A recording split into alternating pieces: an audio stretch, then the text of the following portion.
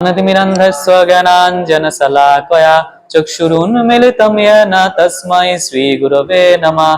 श्रीचैतन्यमनःभीष्टं स्थापितं येन भूतले स्वयं रूपः कदा मह्यं ददाति स्वपदान्तिकं। वन्देऽहं श्रीगुरो श्रीयुतपादकमलं श्रीगुरून् वैष्णवांश्च श्रीरूपं साग्रजातं सहगण रघुनाथामृतं तं सजीवं स्वाद्वैतं सवधूतं परिजनसहितं कृष्ण चैतन्य देवं श्रीराधा कृष्ण पादान् सहगण ललिता श्रीविशाखान्वितांश्च नमोऽयं विष्णुपादाय कृष्णप्रेष्ठाय भूतले श्रीमते भक्तिवेदान्त स्वामीति नामिने। नमस्ते सरस्वती देवे गौरवाणी प्रचारिणे निर्विशेष शून्यवादी पाश्चात्यदेशतारिणे वंशाकल्पतरुभ्यश्च कृपा सिन्धुभ्येव च पतितानां पावनेभ्यो वैष्णवेभ्यो नमो नमः। नमो महावदन्नाय कृष्ण प्रेम प्रदायते कृष्णाय कृष्ण चैतन्य नाम्ने गौरतिस्वे नमः। हे कृष्ण करुणा सिन्धु दीनबन्धो जगत्पते गोपेश गोपिका कांत राधा कांत नमस्तुते। तप्त कांचन गौरांगी राधे वृंदावनेश्वरी वृषभानुसुते देवी प्रणमामि हरिप्रिये। तुते जय श्री कृष्ण चैतन्य प्रभु नित्यानंद श्री अद्वैत गदाधर शिवासादि श्री गौर भक्त वृंद। हरे कृष्णा कृष्ण कृष्ण हरे हरे हरे राम राम राम हरे हरे। ओम नमो भगवते वासुदेवाय ओम नमो भगवते वासुदेवाय ओम नमो भगवते वासुदेवाय। नारायणं नमस्कृत्यं नरं चैव नरोत्तमं देवीं सरस्वती व्यासं ततो जयमुदीरयेत्। मोकं करोति वाचालं पंगुरुलं गायते गिरिं यत्कृपातमहं वन्दे श्रीगुरुदीनतारिणं परमानंद माधवं श्रीकृष्ण चैतन्य ईश्वरम्। अपन अपन गुरु प्रणाम। ओम विष्णु कृष्ण कृष्ण। हरे कृष्णा। तो आशा करते हैं आप सभी लोग कुशल मंगल में हैं, स्वास्थ्य मंगल में हैं और आप सबका बहुत बहुत हार्दिक स्वागतम हमारे आज का जो सत्संग है रविवार का इस हरिदास ठाकुर भजन कुटीर में आप सभी का स्वागतम। तो आज हम लोग चर्चा कर रहे हैं श्रील प्रभुपाद के जीवनी से। तो प्रभुपाद के जीवन में बहुत सारे ऐसे घटनाएं हैं जो हमारे लिए शिक्षा मूलक हैं, तो उनमें से हम लोग कुछ विषय में चर्चा करने की कोशिश करेंगे। कृपया करके अपना ध्यान इधर पे रखिएगा, सिर्फ ये जो शरीर है उसको नहीं, साथ साथ में अपने मन को भी इधर पे थोड़े समय के लिए आधा घंटे के लिए आप लोग इधर पे रखिएगा। हरे कृष्णा। तो जैसे कि हम लोग चर्चा कर रहे थे कि श्रील प्रभुपाद जी आविर्भूत हुए थे 1896 के साल में। उस समय प्रभुपाद जी अपने जो नाना के घर थे उसमें पैदा हुए थे और वो जन्म लिए थे एक जैकफ्रूट के ट्री के नीचे। जैकफ्रूट यानी कि कांठाल के जो वृक्ष होता है ना, उसके नीचे वो जन्म लिए थे। तो ये कलकत्ता में है और ये अभी इस्कॉन के अंडर में है। इस्कॉन ने आज से 3 वर्ष पूर्व प्रभुपाद जी के 125वें साल जो जन्मदिन था उस सालगिरह में इस जगह को इस्कॉन ने हासिल किया था और अभी इसमें श्रील प्रभुपाद के स्मृति चिन्ह है। और जब ये जगह इस्कॉन को मिला था, यानी कि 125 साल के बाद, श्रील प्रभुपाद के जन्म के 125 साल के बाद जब ये स्थान इस्कॉन को मिला था, तब भी वो जो कांठाल का वृक्ष है वो तब भी जीवित था और इस्कॉन को मिलने के थोड़ा दिन बाद जाकर वो कांठाल का वृक्ष अपना देह छोड़ा। यानी कि वो शायद वेट ही कर रहा था कि कब श्रील प्रभुपाद के भक्त लोग आएंगे, उनको मैं अपना प्रमाण देकर तभी जाऊंगा। तो उन्होंने अपना जीवन 125 साल तक रखा। अभी भी पेड़ का जो मूल है उधर पे है, और पेड़ का जो अलग अलग लकड़ियां है वो संभाल के रखा गया है। ये बहुत आश्चर्य की बात है कि वो वृक्ष तब भी था प्रमाण देने के लिए है। यही वो स्थान है जिसमें एक अद्भुत पुरुष जुगाचार्य श्रील प्रभुपाद ने जन्म लिए थे। तो प्रभुपाद जी जब वृंदावन में थे तो उनका एक शिष्य था उनके साथ, हंसदूत प्रभु। तो वो बहुत दिन से वृंदावन में प्रभुपाद जी के साथ था। तो प्रभुपाद जी ने उनसे बोला कि हंसदूत, तुमको मैं बहुत दिनों से देख रहा हूं, तुम वृंदावन में हो, तो जाओ तुम अभी प्रचार करो। तो प्रभु जी ने बोला, प्रभुपाद अभी कहाँ जाऊं, वृंदावन में बहुत मजा आ रहा है, भजन में बहुत मजा आ रहा है, और मैं कहाँ जाऊं प्रचार के लिए। तो श्रील प्रभुपाद जी ने बोला कि तुम श्रीलंका जाओ। तो हंसदूत प्रभु ने बोला उस समय में श्रीलंका बहुत छोटा कंट्री है। तो श्रील प्रभुपाद ने बोला ओ अच्छा, तो फिर पाकिस्तान जाओ। तो कुछ समय हंसदूत प्रभु सोचे और बोले नहीं, श्रीलंका ही ठीक है। तो फिर उन्होंने श्रीलंका गया, और श्रीलंका में जाकर अब्राहम कियोर नाम का एक नास्तिक व्यक्ति था उधर पे, बहुत प्रभावशाली श्रीलंका में, अब्राहम कियोर, उनको डिबेट में, तर्क में उन्होंने हराया, और इससे उधर पे इस्कॉन का बहुत नाम बढ़ा। और ये बात श्रील प्रभुपाद ने अपने किताब में भी उल्लेख किया है कि उनका ये शिष्य हंसदूत प्रभु श्रीलंका में जाकर ऐसे प्रचार बढ़ाया है। तो ये है गुरु के आज्ञा। गुरु जो आज्ञा देते हैं उनको हमको पालन करना चाहिए। तो गुरु ने जब आज्ञा दे दिया, यानी कि गुरु सिर्फ वाक्य नहीं बोले हमको, साथ साथ हमको कृपा रूप शक्ति भी दे दिया। इसलिए अगर हम थोड़ा भी प्रचेष्टा करेंगे, चेष्टा करेंगे, तो हम सफल हो पाएंगे। तो न्यूयॉर्क में आप लोग जानते हैं कि इस्कॉन का जो पहला मंदिर था, जो इस्कॉन का जो पहला सेंटर है, मैचलेस गिफ्ट नाम का, जो आपने देखा होगा शायद, एक छोटा सा दुकान घर था, न्यूयॉर्क में था वो। तो न्यूयॉर्क के बाद एक छोटा सा सेंटर और प्रभुपाद जी ने खुलवाया, कहां पर? सैन फ्रांसिस्को में, अमेरिका में। तो सैन फ्रांसिस्को में जब ये छोटा सा सेंटर खुला था और प्रभुपाद जी उधर पे थे, तो प्रभुपाद जी का कुछ शिष्य प्रभुपाद जी के पास आए और बोले, प्रभुपाद जी हम लोग प्रचार करने के लिए जाना चाहते हैं। कहां पर जाना चाहते हो? तो इधर पे एक नाइट क्लब है, जो नाइट क्लब रात को 9 बजे से खुलता है और सुबह को 5 बजे तक चलता है उसमें कार्यक्रम। तो उन लोगों ने बोला कि प्रभुपाद जी हम लोग इस नाइट क्लब में जाना चाहते हैं, उसमें बहुत सारे यंगस्टर्स आते हैं, हाँ, युवक युवती आते हैं, तो हम उधर पे जाकर बुक डिस्ट्रीब्यूट करेंगे, ग्रंथ वितरण करेंगे। तो प्रभुपाद जी ने बोला आप लोग लौट के आना, जाना तो चाहते हो, आपका भाव अच्छा है कि उधर पे आप लोग जाना चाहते हो प्रचार के लिए, लेकिन आप लोग जाओगे लेकिन जाकर फिर लौट के आना, क्योंकि आप जिस भाव से जा रहे हो उनके प्रचार करने के लिए, किसी को बचाने के लिए, अगर बचाने के लिए आप लोग जा रहे हो तो आपको पहले शक्तिशाली होना पड़ेगा।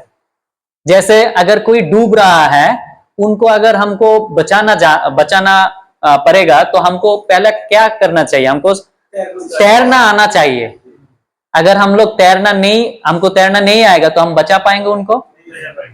अगर थोड़ा कुछ तैरना आता है हमको और हम कूद गए और बचाने के लिए गए, तो क्या करेगा वो भी डूबेगा, मुझे भी खींच के डुबा देगा। तो प्रभुपाद जी का बोलने का अर्थ यही था कि आप लोग तो नाइट क्लब में जाना चाहते हो प्रचार के लिए, लेकिन क्या आप लोग इतना समर्थ हुए कि आप लोग वापस आ सकते हो? नहीं तो वो लोग ही आप लोगों को खींच लेगा। हाँ, तो इसलिए प्रचार कहां पर करना चाहिए, इसके लिए भी गुरुदेव से हमसे आज्ञा लेना चाहिए, पूछना चाहिए। ऐसा नहीं हमारा मन किया और चले गए, करना चाहिए। प्रचार के लिए रिस्क लेना चाहिए, लेकिन अपना कैपेबिलिटी भी हमको पता होना चाहिए। हमारे अंदर कितना चार्ज है? अगर मोबाइल में चार्ज अभी 20% है और आप सोचे कि अभी पूरा रात चल जाएगा, तो होगा? आप कहीं बाहर निकल रहे हो और देखा 20% चार्ज है, तो पूरा नाइट कवर करेगा? अगर बहुत अच्छा फोन हो तो भी डाउट है करेगा कि नहीं करेगा। और हमारे जैसा अगर नॉर्मल वाला फोन हो, चाइनीज वाला, तो गए 2 घंटे के बाद ही खत्म। हाँ, तो अभी अगर फोन नहीं होगा तो क्या होगा, सोच भी नहीं सकते हम। कम्युनिकेशन तो होगा नहीं, गूगल मैप भी होगा नहीं, तो रास्ते में ही खोकर भटक जाएंगे और शायद वापस भी नहीं आ पाएंगे। तो इसलिए हमारे अंदर कितना शक्ति है उसको पहले जांच कर लेना चाहिए और फिर हमको रिस्क लेना चाहिए। तो प्रभुपाद जी ऐसे भी उनको शिष्यों को उन्होंने शिक्षा दिया कि कैसे परिस्थितियों में आपको जाना चाहिए, वो आपको पहले एक बार मनन करना चाहिए। तो एक बार प्रभुपाद जी का एक शिष्य था भवानंद प्रभु। तो भवानंद प्रभु ने एक रोज का तेल लेकर आया, क्या गुलाब का तेल, गुलाब का तेल, अमेरिका का सबसे अच्छा कंपनी का रोज ऑयल लेकर आकर प्रभुपाद जी को दिया। तो प्रभुपाद जी ने देखा बोतल को और बोला ये क्या है? तो उन्होंने बोला प्रभुपाद जी ये अमेरिका का नंबर 1 कंपनी का रोज ऑयल है। तो प्रभुपाद जी ने बोला अच्छा। तो प्रभुपाद जी उसको बोलते ही बोलते प्रभु जी पूरा बोतल हाथ में उधर लिया। तो उन्होंने बोला प्रभुपाद जी ये तो आप एक एक ड्रॉप करके अगर लोगे तो भी 6 महीने चलेगा, आपने पूरा ही डाल लिया। और प्रभुपाद जी उसको बोलते बोलते अपने पूरा हाथ का तेल सिर पे मालिश करने लगे। तो भवानंद प्रभु ने बोला प्रभुपाद जी छोड़िए, ठीक है, ये एक बोतल तो गया, $70 का था तब के समय में, लेकिन आपको कैसा लगा? ये सबसे कीमती है, सबसे महंगा रोज ऑयल था अमेरिका का, तो आपको कैसा लगा? तो प्रभुपाद जी बोले ये अच्छा था, लेकिन कलकत्ता में इससे अच्छा मिलता है। तो प्रभुपाद जी ऐसे करके उनके शिष्यों का जो अहंकार था कि अमेरिका का है, सबसे अच्छा है, सबसे अच्छा चीज हम देंगे प्रभुपाद जी को, ये जो अहंकार था, प्रभुपाद जी अहंकार को तोड़ दिया। इसलिए उन्होंने पूरा बोतल के बोतल एक बार में ही डाल लिया हाथ में। तो आप लोगों ने सुना होगा कि इस्कॉन का पहला जो विग्रह था वो किसका विग्रह था? पता है आपको? सुना होगा। इस्कॉन का सबसे पहला विग्रह था जगन्नाथ बलदेव सुभद्रा महारानी का। जय जगन्नाथ बलदेव सुभद्रा महारानी की। तो एक बार उस घटना में हम लोग आएंगे कि कैसे प्रभुपाद जी को मिला जगन्नाथ बलदेव सुभद्रा महारानी। तो उससे पहले एक बार न्यूजीलैंड में प्रभुपाद जी थे और उधर पे प्रभुपाद जी गौर निताई का विग्रह प्रतिष्ठा किए थे। तो न्यूजीलैंड का जो भक्त लोग थे उस समय में, प्रभुपाद के जो शिष्य लोग थे, तो उनको गौर निताई भगवान के साथ साथ जगन्नाथ बलदेव सुभद्रा महारानी का विग्रह भी सेवा करने की इच्छा हुआ। अभी वो लोग क्या कि अभी मंदिर बहुत छोटा था, जैसे हमारा मंदिर है अभी बहुत छोटा है। तो बहुत छोटा मंदिर था और जो ऑल्टर था उसमें इतना स्पेस नहीं था कि 2 विग्रह के साथ साथ और 3 विग्रह बैठ पाए, इतना जगह नहीं था। तो वो लोग क्या किया, एक घूमने जैसा टेबल बनाया। टेबल घूमता है ना, अभी डाइनिंग टेबल मिलता है ऐसा, उसमें थोड़ा स्पेस होता है कि उसमें खाना रखोगे तो घूमेगा, बीच का जो चीज है। तो उन लोगों ने ना ऐसा एक घूमने का राउंड वाला एक स्पेस बनाया और अगर आप बटन प्रेस करोगे तो वो घूमेगा। तो उन लोगों ने क्या किया, सामने गौर निताई को रखा और पीछे जगन्नाथ बलदेव सुभद्रा महारानी को रखा और वो स्विच ऑन कर दिया। तो कभी जगन्नाथ बलदेव सुभद्रा महारानी सामने, गौर निताई पीछे, कभी गौर निताई सामने, जगन्नाथ बलदेव सुभद्रा महारानी पीछे। तो ऐसे करके वो घूमता था। तभी प्रभुपाद जी मंदिर में आए और प्रभुपाद जी देखे गौर निताई, तो देखकर वो दंडवत प्रणाम किए और दंडवत प्रणाम करके जब उठे देखे कि जगन्नाथ बलदेव सुभद्रा महारानी आगे, घूमता है ना वो। तो प्रभुपाद ने बोला ये क्या है? ये चरखा है या मंदिर का ऑल्टर है? तो प्रभुपाद जी के उन शिष्यों ने बोला कि प्रभुपाद जी, हमको जगन्नाथ बलदेव सुभद्रा महारानी का विग्रह सेवा करने की भी बहुत इच्छा था, इसलिए जगह तो इतना नहीं है, इसलिए हम लोग ने इस रिवॉल्विंग टेबल को रख दिया, जो घूमता है घूमने वाला टेबल रख दिया और ऐसा स्विच ऑन कर दिया। तो श्रील प्रभुपाद ने बोला कि आप लोगों का भाव अच्छा है, लेकिन विग्रह को एक स्थिर जगह पे रखना चाहिए। विग्रह को ऐसी घूमने की, चरखे की तरह घूमने के लिए, जो कुमार है, कुमार का एक चक्का होता है ना जो घूमता रहता है, ऐसा नहीं होना चाहिए। विग्रह को एक स्थिर जगह पे रखना चाहिए। तो प्रभुपाद जी, ये जो विग्रह का अर्चन है, हम लोग देखते हैं ना मंदिर में विग्रह का सेवा पूजा होता है। ये सेवा पूजा जो होता है, ये होने का करने का जो प्रोसेस है, उस समय में 1960s में पूरा विश्व में प्रचार किए थे। इसको एक वैश्विक रूप दे दिया था श्रील प्रभुपाद ने विग्रह अर्चन का। पहले तो सिर्फ भारत में ही सनातन धर्मी के जो लोग थे, वो लोग थोड़ा कुछ जानते थे कि कैसे विग्रह का सेवा करना चाहिए, लेकिन पाश्चात्य के लोग ये सब नहीं जानते थे। लेकिन श्रील प्रभुपाद ने पूरा विश्व में परिचित किया ऐसा विग्रह का सेवा पद्धति कैसा करना चाहिए। तो जो बात पहले हमने बोला कि इस्कॉन का सबसे पहला विग्रह था जगन्नाथ बलदेव सुभद्रा महारानी। तो वो उनको कैसे मिला? तो प्रभुपाद जी का एक कपल शिष्य था और शिष्या थी, उनका नाम था श्याम सुंदर प्रभु और मालती माता जी। हाँ, तो मालती माता जी एक बार एक दुकान में गए, जिसमें वो घर सजाने के लिए बहुत चीज मिलता है ना, डेकोरेशन के लिए, ऐसे वाला एक दुकान में गया अमेरिका में, तो सैन फ्रांसिस्को में। तो उधर पे जाकर उन्होंने एक छोटा सा, क्या बोलता है, विग्रह देखा, तो उनको बहुत अच्छा लगा, वो लेकर आ गए। वो पहचानती नहीं थी क्या थी, तो लेकर आ गई दुकान से। दुकानदार से बोला भी नहीं, उठा के लेकर आ गई। तो लाकर प्रभुपाद जी को दिया, जब प्रभुपाद जी ये मैं आपके लिए लाया हूं। तो प्रभुपाद जी ने बोला कि क्या है ये? देखा, जगन्नाथ है, जगन्नाथ का छोटा विग्रह था। तो उन्होंने सर दंडवत प्रणाम कर दिया प्रभुपाद जी ने। तो मालती माता जी घबरा गई कि क्या हुआ। तो मालती माता जी ने पूछा, प्रभुपाद जी क्या हुआ? बोले ये तुमको कहाँ मिला? तो मालती माता जी बोली कि मैं एक दुकान में गया था, तो उनमें देखा ये है, मुझे बहुत अच्छा लगा, तो उठा के लेकर आए। तो ये स्वयं भगवान जगन्नाथ है, उनके साथ और दो भी होंगे, एक पीला कलर के और एक सफेद कलर के, उन दोनों को भी लेकर आओ। तो माता जी फिर से दुकान में गई, और प्रभुपाद जी सोच रहे थे कि एक खरीद के लेकर आई थी, और अभी वो माता जी तो इसका पैसा भी नहीं दिया और खरीदा भी नहीं, क्योंकि उनके पास इतना पैसा था नहीं।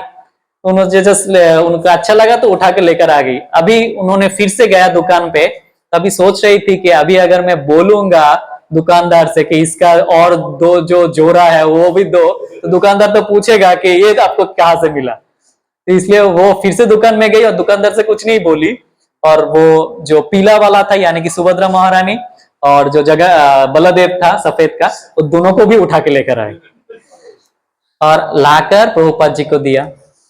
तो देखकर प्रभुपाद जी से पूछे, जो प्रभुपाद अभी क्या करना है इनका? तो प्रभुपाद जी ने बोला कि तुम्हारा जो पति है वो बहुत अच्छा कार्विंग्स करता है, यानी कि वो काट का जो काम होता है ना, वो बहुत अच्छा उनको आता है, शेप देना।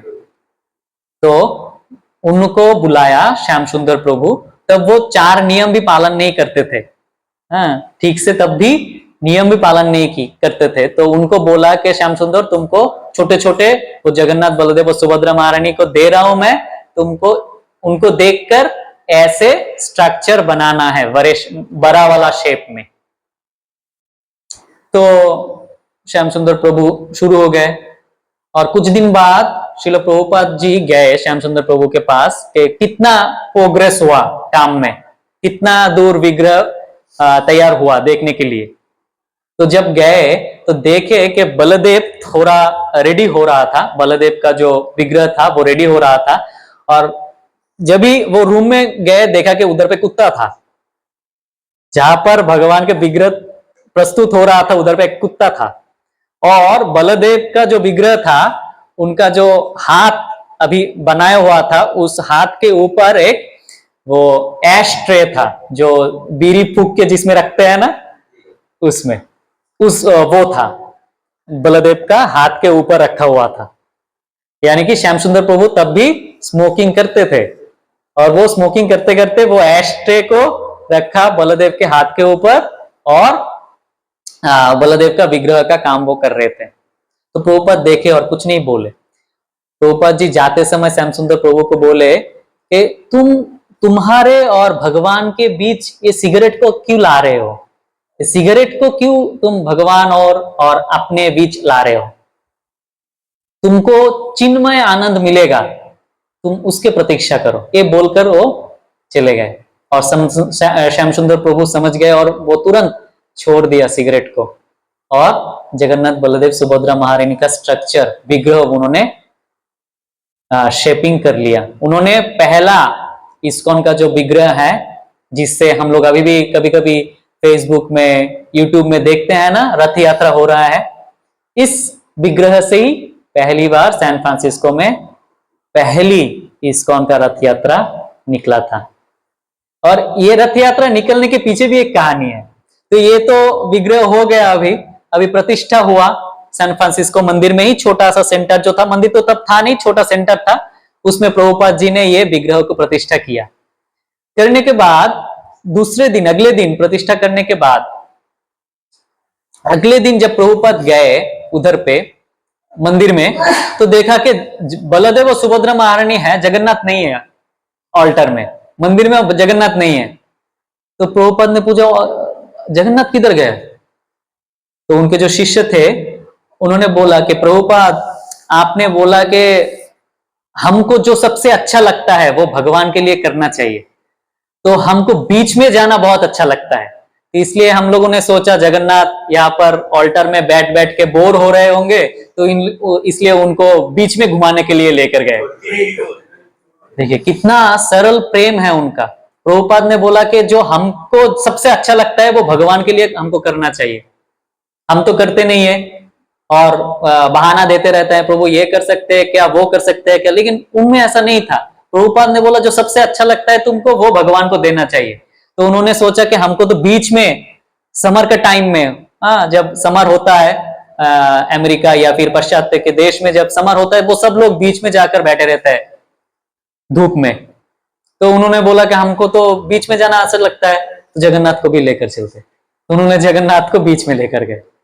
तो तब प्रभुपाद ने सोचा कि बोला कि इसके लिए भी एक विधि है, इसके लिए भी एक नियम है, वो है क्या है, वो रथ यात्रा। तब प्रभुपाद ने बोला कि हाँ आप जगन्नाथ को बाहर ले जा सकते हैं, लेकिन ऐसे नहीं, एक नियम है। आपका भाव बहुत अच्छा है लेकिन एक नियम है। क्या नियम है? रथ यात्रा। तो उसके बाद पहली बार रथ यात्रा के प्रस्तुति इस्कॉन सैन फ्रांसिस्को में शुरू हुआ, जो 1966 में पहली बार इस्कॉन का रथ निकला। और जो पहली बार जो रथ जो था इस्कॉन का, वो बनाया था जयानंद प्रभु ने। उनको ब्लड कैंसर था और उनका बहुत उच्च घराने के वो लड़का था, ऐसा ही कुछ 20-22 साल का था वो, लेकिन उनका ब्लड कैंसर था।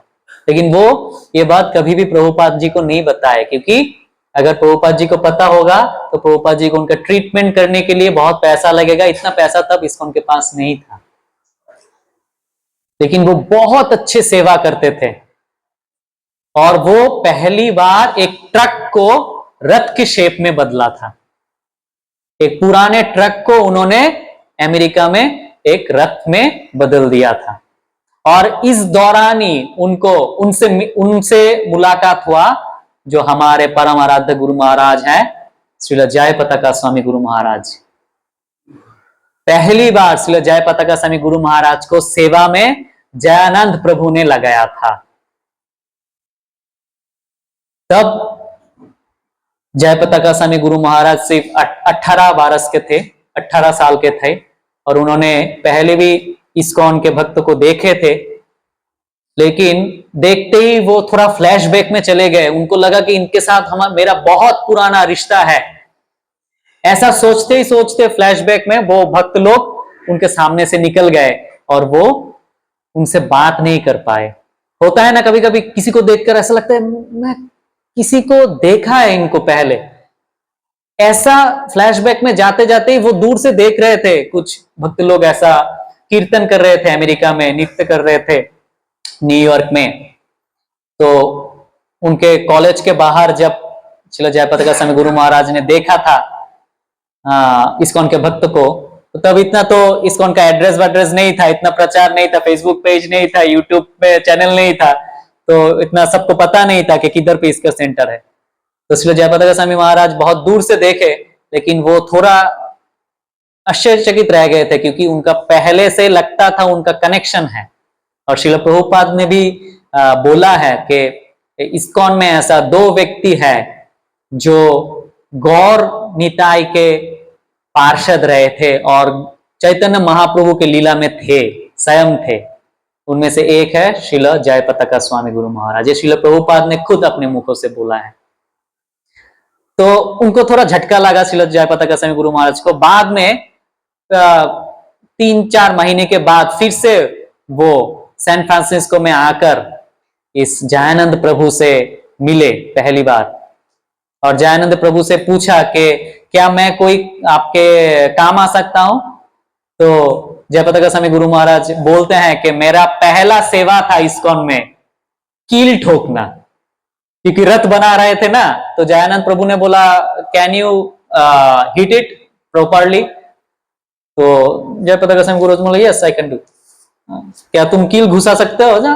गुरु महाराज ने बोला हाँ कर सकता हूं। करो तुम मेरे साथ सेवा। तो इसलिए बोला जाता है, हम शिष्य ऐसा आभारी है जयानंद प्रभु के कि पहली बार गुरु महाराज को इस्कॉन से इंट्रोड्यूस किया जयानंद प्रभु के। और उसके तुरंत बाद 2 दिन में ही श्रील जयपताका स्वामी गुरु महाराज इस्कॉन में फुल टाइम ज्वाइन कर गए और बाल मुंडवाकर वो प्रभुपाद के पास दर्शन में गए थे।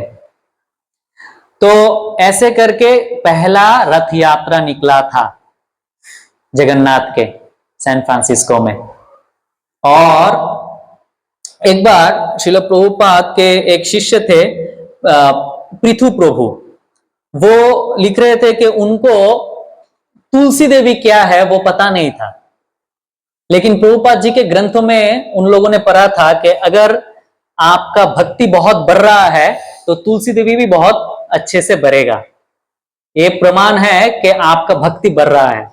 तभी वो लोग कभी तुलसी नहीं देखे थे। तो एक इंडियन व्यक्ति उन लोगों को एक पौधा गिफ्ट किया, तो उन लोगों को लगा कि यही तुलसी का पौधा है। उन्होंने मंदिर में स्थापन किया, तो जल पानी दिया, तो बहुत अच्छी तरह से वो बढ़ने लगे, बहुत द्रुत के समय में वो बढ़ने लगे। तो वो लोग सोचे वाह हम लोगों का भक्ति बहुत अच्छा है शायद, इसलिए बहुत पेड़ बहुत अच्छी तरह से बढ़ रहा है। तो और एक इंडियन व्यक्ति आया उस मंदिर में, तो उन लोगों ने बोला कि नहीं ये तो बांस का पौधा है, तुलसी का नहीं। तो वो लोग बांस को ही तुलसी का पौधा समझ रहे थे, ऐसा थे वो लोग। फिर उन लोगों को एक तुलसी का पौधा मिला था प्रभुपाद जी की कृपा से। तो ऐसे भक्त भी प्रभुपाद जी के थे, जिनको प्रभुपाद जी ने इस कृष्ण भावनामृत आंदोलन में लाकर पूरी तरीके से चेंज कर दिया। प्रहलानंद स्वामी महाराज बोल रहे थे उनके जीवन में, वो जब पहली बार इस्कॉन मंदिर में आए, पहला जिस दिन वो इस्कॉन मंदिर में ज्वाइन किया फुल टाइम, उस दिन ही मंदिर का पुजारी उनको गर्भ मंदिर का चाबी देकर मंदिर से चले गए दूसरे मंदिर में। बोले कि आज से आपको पुजारी का रोल प्ले करना है, आज से आप इस मंदिर का पुजारी हो, भगवान को क्या बोलते हैं कि आरती दिखाना है आपको। तो वो तो बोले कि पुजारी क्या होता है, मुझे मालूम ही नहीं था पुजारी क्या होता है। तो उन्होंने बोला कि कुछ बात नहीं, ये बहुत सिंपल है, आपको ऐसा अगरबत्ती थोड़ा समय के लिए घुमाना है, दीप है, ये कुछ सामग्री है, ये सब भगवान को निवेदन करना है 6 बार दिन में। कितनी बार? 6 बार। तो ये बोलकर वो पूरा डिटेल में कुछ नहीं बताया, सिर्फ ये बोला और चले गए। तो वो अपना आरती शुरू किए, लेकिन उनको ये पता नहीं था कि ये जो अगरबत्ती है कितना समय दिखाना है। उनको यही पता नहीं था अगरबत्ती कितना समय दिखाना है, कितनी बार दिखाना है। तो वो पहली बार अगरबत्ती दिखाए आधा घंटा, तो उनका जो पहला आरती था वो 4 घंटा लगा खत्म होने के लिए। 4 घंटे के बाद आरती खत्म करने के बाद वो बैठे और कैलकुलेशन किया कि बोला कि 6 बार आरती करना है दिन में, और एक आरती में अगर 4 घंटा लगेगा तो 6 यानी कि 24 घंटा हो गया, तो कुछ तो गलती कर रहा हूं मैं। फिर उन्होंने पत्र लिखा श्रील प्रभुपाद जी को, और प्रभुपाद जी ने उस पत्र द्वारा उनको समझाया कैसे 15 से 30 मिनट के अंदर आरती भगवान की होती है। इन डिटेल्स प्रभुपाद ने पत्र में लिखकर उनको समझाया। तो सोचिए, पत्र में लिखकर इतने बेसिक चीज प्रभुपाद जी अपने शिष्यों को सिखाते थे। हम लोगों को क्या लगता है, पत्र में लिखना और पत्र को भेजना इतना आसान काम था? आसान काम है? अभी तो हमको एक एसएमएस भी अगर टाइप करना हो तो भी हमको अच्छा नहीं लगता, छोड़ो ना, एसएमएस की एक वॉइस डाल देते हैं, है ना। एक वॉइस देते, मैं व्हाट्सएप में एक वॉइस देते थे, मैसेज क्यों? अगर कोई मैसेज देगा भी तो भी फास्ट लाइन पढ़ के, या छोड़ो क्या इंपॉर्टेंट नहीं है। अगर कोई वॉइस दे तो ठीक है, सुन लेते हैं।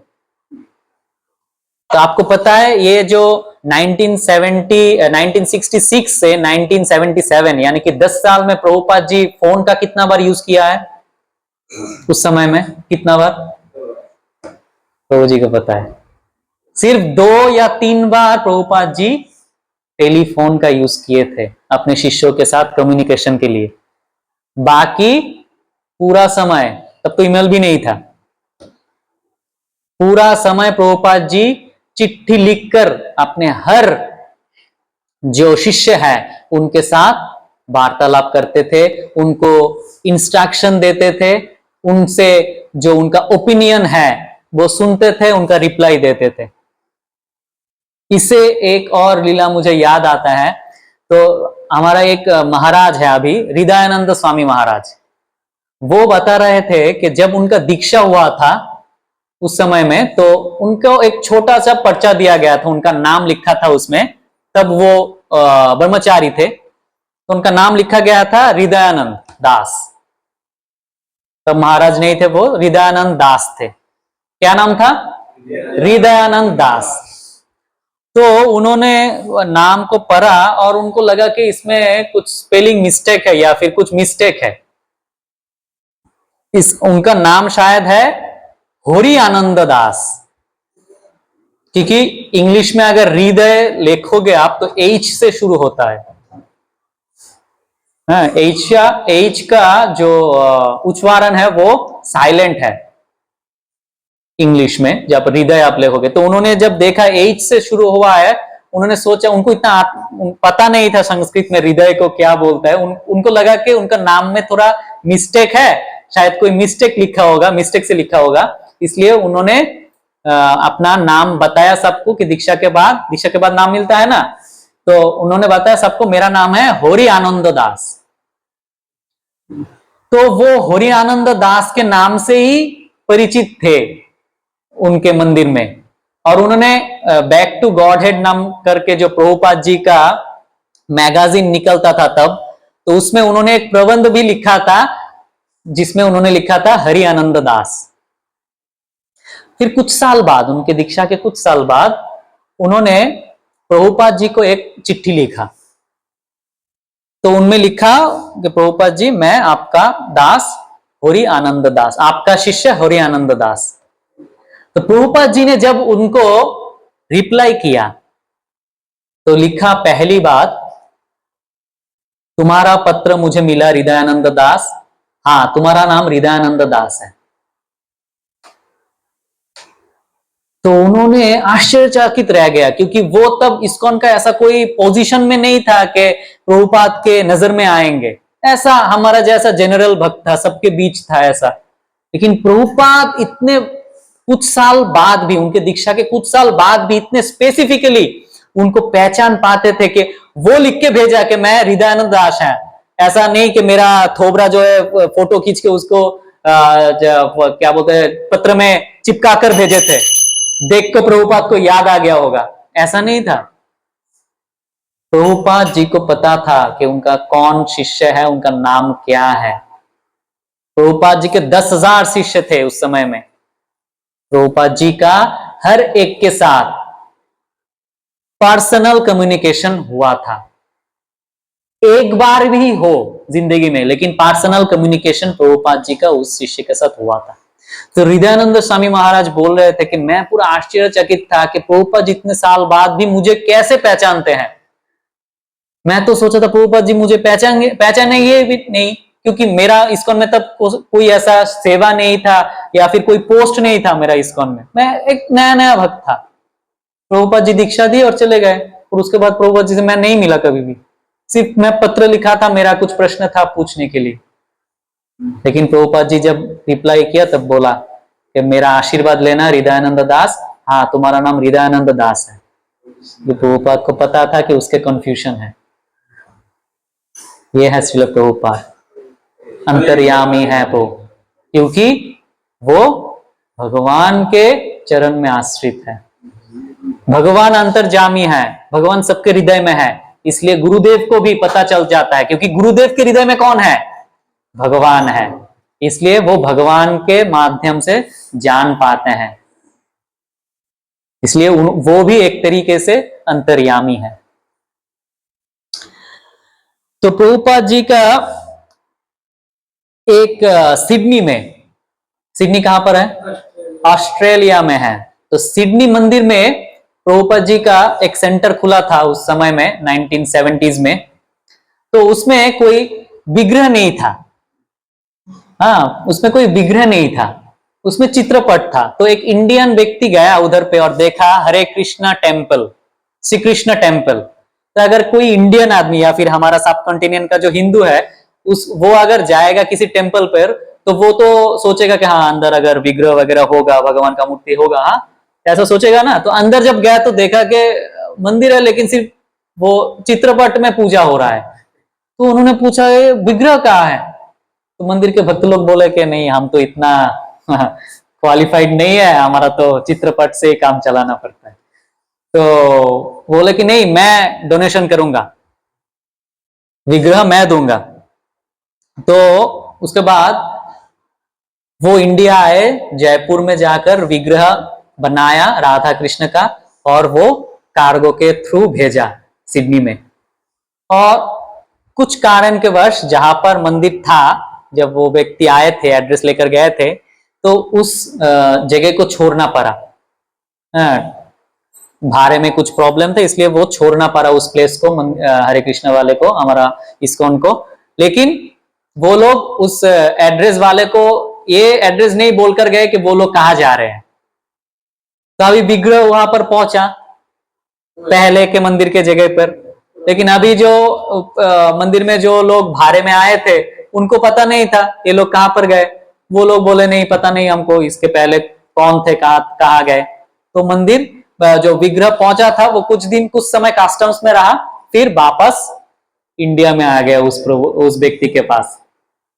तो अभी वो बहुत क्या बोलते हैं क्रोधित हो गए, वो बहुत हर्ट हुए कि मैंने इंडिया से भेजा और इन लोगों को इतना भी तमीज नहीं है, वो इसको भी रिटर्न कर दिया। तो वो जा रहा था, तो तब बॉम्बे में क्रॉस मैदान में 1971 में अप्रैल 23 से मई 3 तक, यानी कि अप्रैल का 23 से मई की 3 तारीख तक हरे कृष्णा आंदोलन का सेमिनार हुआ था, जिसमें हर रोज 10,000 से ज्यादा लोग आते थे। पैंडल प्रोग्राम था 7 दिन का, 7-8 दिन का, 10 दिन का पैंडल प्रोग्राम था, जिसमें हर रोज 10 से 12,000 लोग आते थे।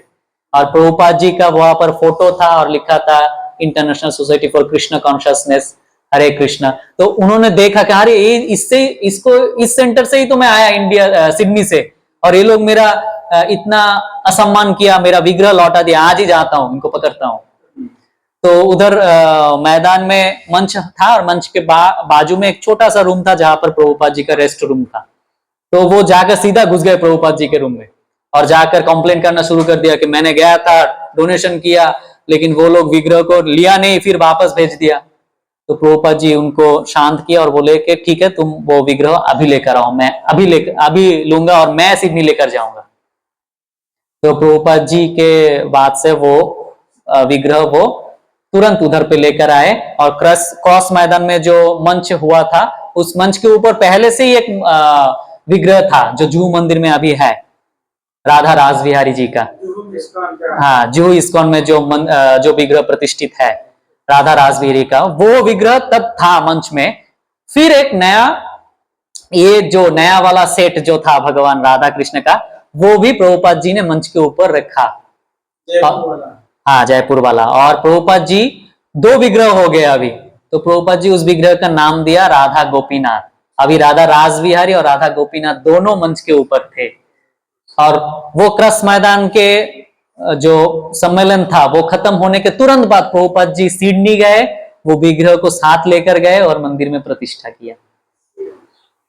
ऐसे करके प्रभुपाद जी पूरा विश्व में जो विग्रह का सेवा है वो प्रतिष्ठित किया। इसलिए हम लोगों को भी भगवान की सेवा में अपना समय व्यय करना चाहिए। ऐसा नहीं है कि सिर्फ हरिनाम ही करेंगे, नहीं, प्रभुपाद जी ने हमको ये उत्तरदायित्व भी दिया कि हमको भगवान के आरती अर्चन करना है, सीखना है।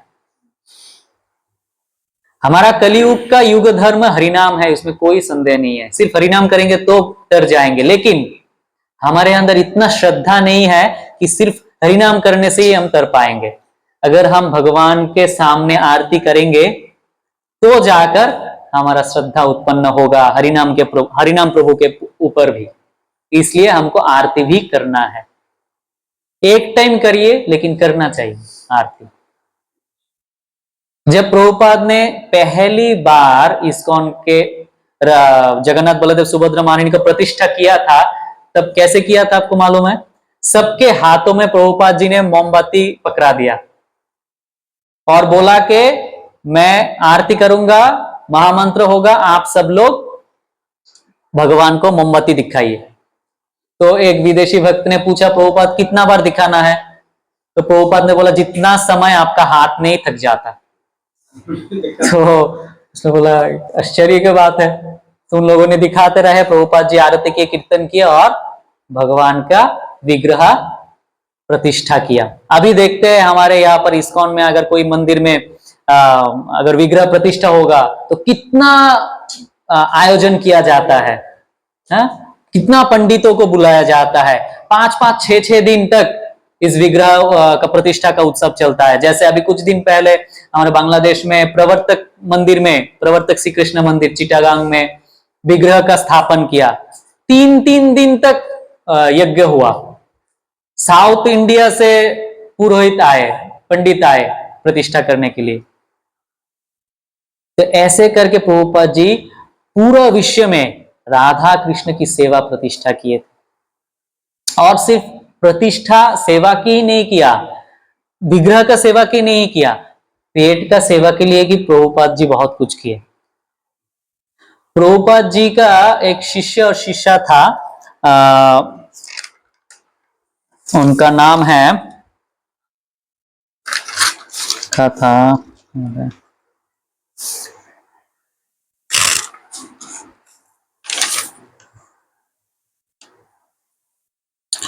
तो प्रभुपाद जी का उन शिष्या और शिष्या का जो मैरिज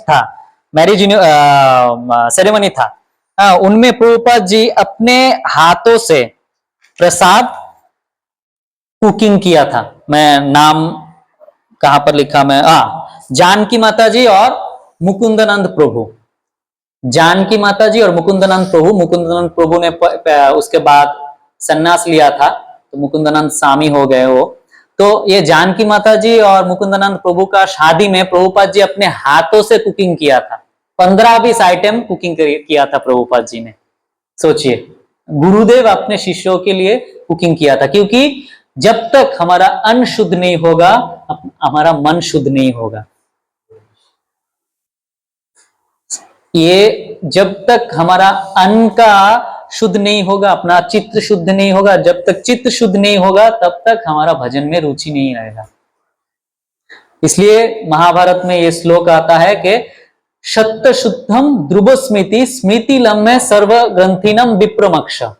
आहार शुद्ध शक्त शुद्ध, शक्त शुद्ध ध्रुव स्मृति स्मृति लम्हे सर्व ग्रंथिनाम विप्रमक्ष। जब हमारा आहार शुद्ध होगा तब हमारा चित्त यानी कि हृदय शुद्ध होगा और तब हम जाकर मोक्ष की प्राप्त कर सकेंगे। तो इसलिए प्रभुपाद जी अपने हाथों से शुद्ध शाकाहारी भगवान के शुद्ध प्रसाद खिलाते थे सबको। और ऐसा वो उनके जो ये जानकी माता जी और मुकुंदानंद प्रभु का जो शादी में उनका कुछ दोस्त आए थे, हाँ, जो डाइट में थे, वो लोग सिर्फ कुछ फल मूल वगैरह के सिवाय, अमेरिका में, हाँ, उस समय में वो लोग डाइट कर रहे थे, माइक्रो डाइट बोलते हैं उसको। तो वो लोग सिर्फ फल वगैरह कुछ ऐसा कुछ लेते थे, हाँ, या फिर उबला हुआ कुछ सब्जी वगैरह ऐसा। लेकिन प्रभुपाद जी ने कुकिंग किया था कचौरी। पता है आप लोगों को कचौरी? हाँ, कचौरी बहुत प्रभुपाद का फेवरेट डिश था। हाँ, कचौरी और गुलाब जामुन। तो कचौरी प्रभुपाद जी बहुत अच्छे बनाते भी थे और प्रभुपाद जी का बहुत फेवरेट भी था। तो प्रभुपाद जी का वो कचौरी देखकर वो जो लोग डाइट कर रहे थे वो लोग सोच रहे थे कि खाऊं या ना खाऊं। देख कर के तो बहुत डिलीशियस लग रहा है, अभी खाऊं या ना खाऊं।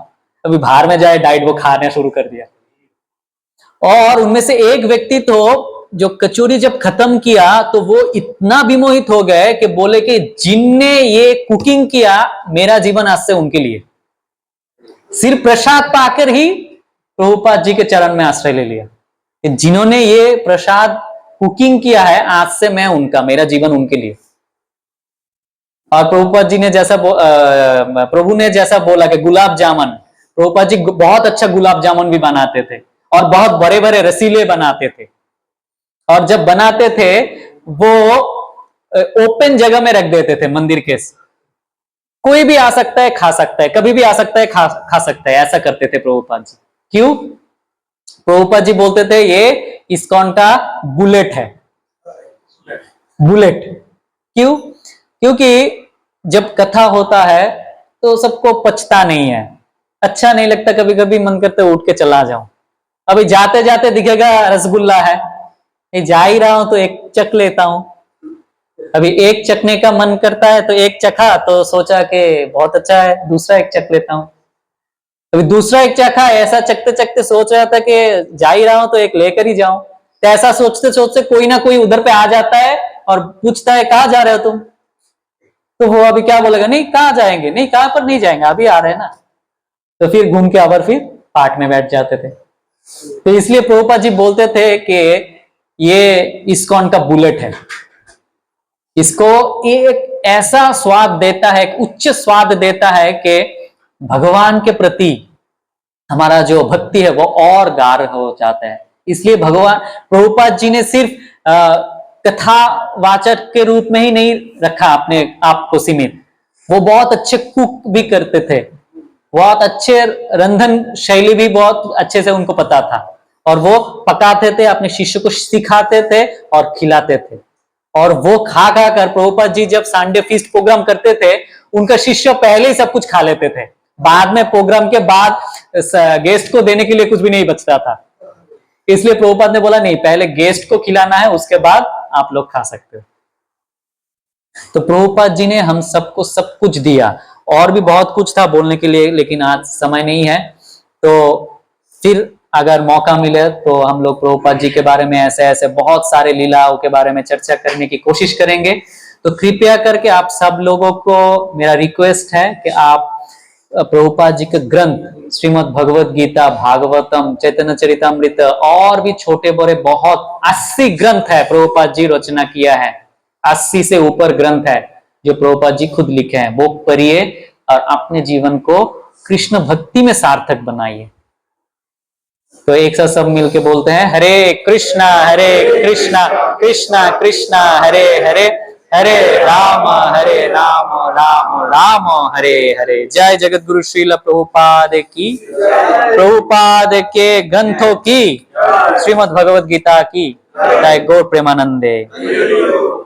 एक दो प्रश्न अगर हम ले पाए तो अच्छा होगा। किसी का कोई प्रश्न है? इस्कॉन का मेन हेड ऑफिस किधर है? प्रभु का प्रश्न बहुत सुंदर है, बहुत अच्छा है। अमेरिका में नहीं है पहली बात।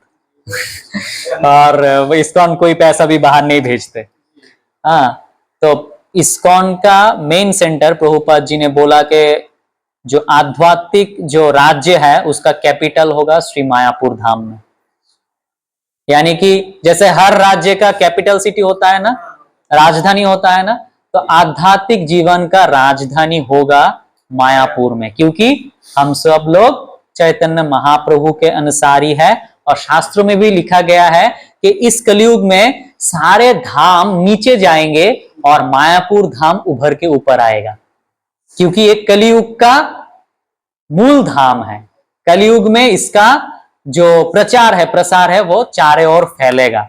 और हम देख भी रहे हैं बंगाल के इतना दूर गांव में ठहरे हुए इस धाम, अगर हम जड़ जागत से विचार करें कि कलकत्ता में भी नहीं, वेस्ट बंगाल में एक डिस्ट्रिक्ट है नदिया, उस डिस्ट्रिक्ट के भी एक गांव में, कृष्णनगर सिटी के एकदम नदी के पार, गंगा के पार, उस पार, जहां पर कोई ब्रिज भी नहीं है अभी तक, नाव से पार होना पड़ता है या फिर बहुत दूर से घूम के जाना पड़ता है। उधर में हर रोज इस्कॉन, आज के दिन में अगर आप देखोगे मायापुर चैनल में हर रोज सुबह को मंगल आरती के बाद प्रसाद, पिछला दिन कितना प्रसाद डिस्ट्रीब्यूट हुआ, फ्री प्रसाद, कितना प्लेट प्रसाद गया, कम से कम 12 से 20 हजार प्रसाद हर रोज डिस्ट्रीब्यूट होते हैं। तो आप लोग कृपया समझिए कि एक स्थान पर सिर्फ इस्कॉन के मंदिर पे 12 से 20 हजार भक्त लोग आ रहे हैं हर रोज। और ये संख्या द्विगुण हो जाता है जब कोई फेस्टिवल होता है, जब कोई उत्सव होता है। और अभी तो हर शनिवार से रविवार तक ये संख्या 20,000 से कम कभी नहीं होता। तो इसलिए आप कभी भी अगर मायापुर में जाओगे तो पहले से बुकिंग करके जाना, नहीं तो इस्कॉन मंदिर के अंदर कभी भी आपको रूम नहीं मिलेगा, बाहर ठहरना पड़ेगा। ठीक है, तो ये है इस्कॉन का मूल सेंटर श्री मायापुर धाम। श्री मायापुर चंद्रोदय धाम की, चंद्रोदय महाप्रभु की गौर प्रेमानंदे। चार जीव का चार धाम बताया गया है। तो सद्गु का ये है ना बद्रीनाथ, द्वापर के द्वारकानाथ, केदारनाथ ना द्वापर के द्वारकानाथ, त्रेता के रामनाथ और कलयुग के जगन्नाथ। हाँ हाँ अवश्य, जगन्नाथ भी ऊपर के आया, लेकिन ये जो मायापुर धाम है वो तीनों का मिलन स्थान है, कृष्ण, जगन्नाथ और गौर। जय कृष्ण जय गौर, शई कृष्ण, शई जगन्नाथ, तीनों का प्रकाश उधर पर है। इसलिए मायापुर धाम ज्यादा करके उभर के आएगा। जगन्नाथ धाम कहीं पर नहीं जाएगा, जगन्नाथ धाम अवश्य रहेगा, कलयुग का धाम है वो, चार धाम में, लेकिन मायापुर का जो प्रचार है वो बहुत फैलेगा। प्रचार मायापुर धाम का होगा और मायापुर से लोग जाएंगे फिर जगन्नाथ पुरी में। जैसे हमारे समय में भी हम लोग जब इस्कॉन के जुड़े, उसके बाद पता चला कि जगन्नाथ धाम कितना महिमाशील है। हम लोग जब मायापुर धाम जाते थे उसके बाद जाते थे जगन्नाथ पुरी में। ठीक है।